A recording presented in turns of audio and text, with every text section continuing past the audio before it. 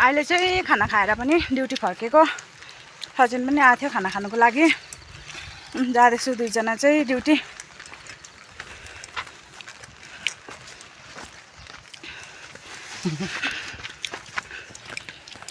हाम्रो धुप्पी घारीमा भने चाहिँ दिउँसै रात पर्छ है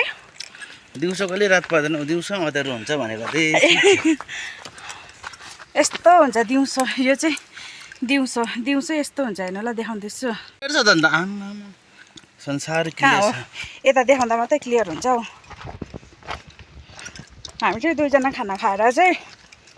फर्केको फेरि आफ्नो आफ्नो ड्युटी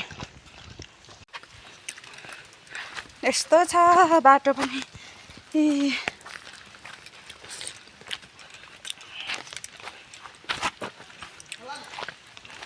यस्तो बाटोलाई चाहिँ के भन्छ अरे सचिन रुट रोड जराको बाटो जराको बाटो